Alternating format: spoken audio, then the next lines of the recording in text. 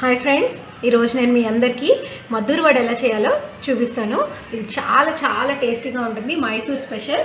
దీనికి కావాల్సిన పదార్థాలు మీరు 1/2 కప్పు బొంబాయి రవ్వ, 1/2 కప్పు గోధుమ పిండి.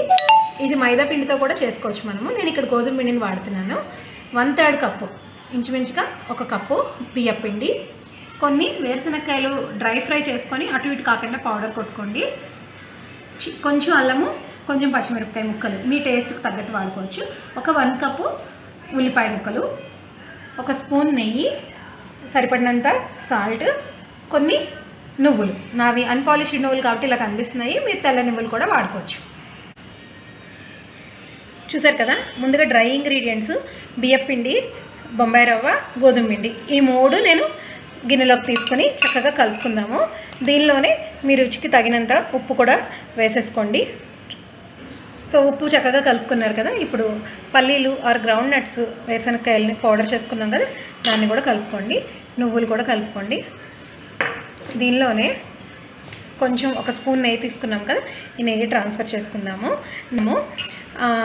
ముందుగానే మీరు వీటిని ఫ్రై చేయడానికి ప్యాన్ మీద ఆయిల్ పెట్టుకోండి.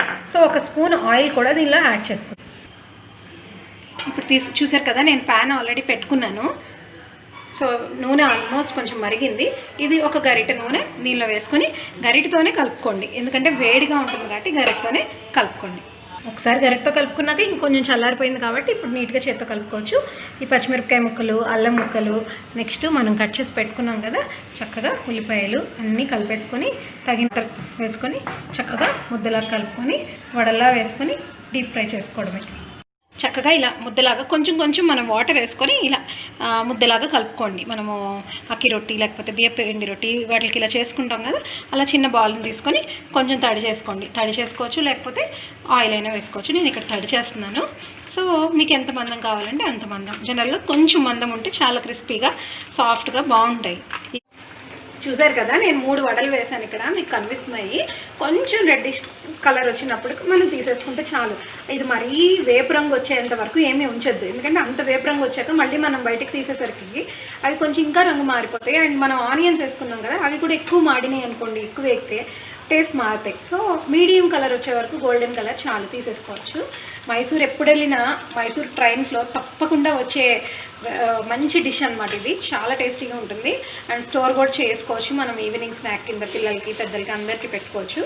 తప్పకుండా ట్రై చేయండి. చూసారు కదా ఎంత బాగున్నాయో.